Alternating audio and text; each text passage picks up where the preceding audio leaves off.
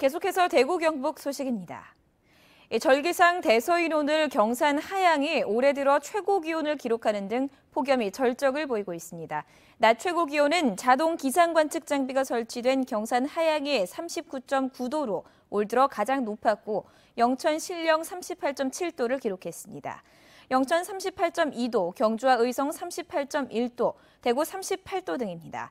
대구 경북 전 지역에 폭염경보가 내려졌고 당분간 비 소식 없이 폭염특보와 열대야가 계속될 것으로 예상됩니다. 내일도 대체로 맑고 아침 최저기온 대구 26도, 낮 최고 38도 등으로 오늘보다 더 덥겠습니다. 경북 지역에 13일째 폭염특보가 발효 중인 가운데 무더위로 인한 인명피해와 가축 폐사가 크게 늘고 있습니다. 경상북도는 폭염으로 지금까지 김천에서 40대 여성이 열사병으로 숨지는 등 온열 질환자가 115명이 발생했다고 집계했습니다. 가축 피해도 늘어나 닭 14만 1,300여 마리와 돼지 2,200여 마리, 14만 3,400여 마리가 폐사했습니다. 경북도는 시군마다 TF팀을 운영하고 공무원 7,800여 명이 비상근무를 하고 있습니다. 세계 유일의 야생식물 종자 보관소가 있는 국립백두대간 수목원에 진귀한 씨앗이 등장했습니다. 세계에서 가장 큰 씨앗인데요. 무게만 무려 23kg이 넘는다고 합니다. 성나기 기자가 다녀왔습니다. 국립백두대간 수목원 상설 전시관입니다.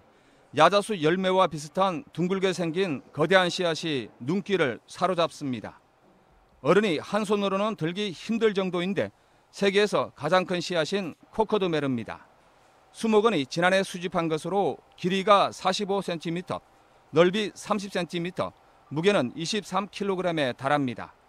순나무 꽃술은 25cm나 됩니다.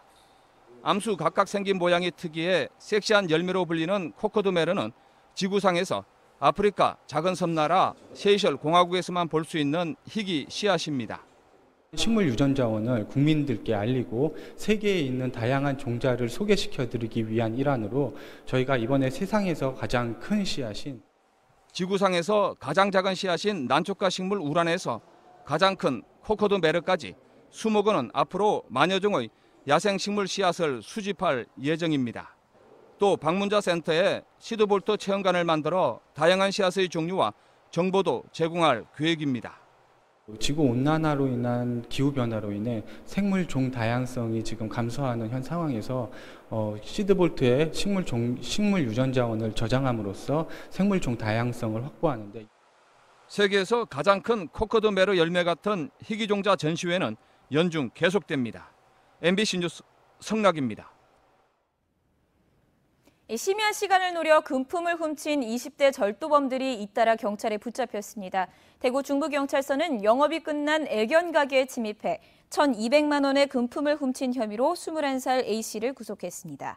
대구 서부경찰서도 지난달 9일부터 23일까지 서구 빌라 일대를 돌며 외벽 가스 배관을 타고 창문을 통해 내부로 침입하는 수법으로 5차례에 걸쳐 현금과 귀금속 등 모두 400만 원가량을 훔친 혐의로 24살 B씨를 불구속 입건했습니다. 대구보건환경연구원은 식자재 마트와 동네 슈퍼마켓에서 판매되는 고춧가루 10건을 수거해 유해 색소 첨가 여부를 조사한 결과 모두 안전한 것으로 나타났다고 밝혔습니다.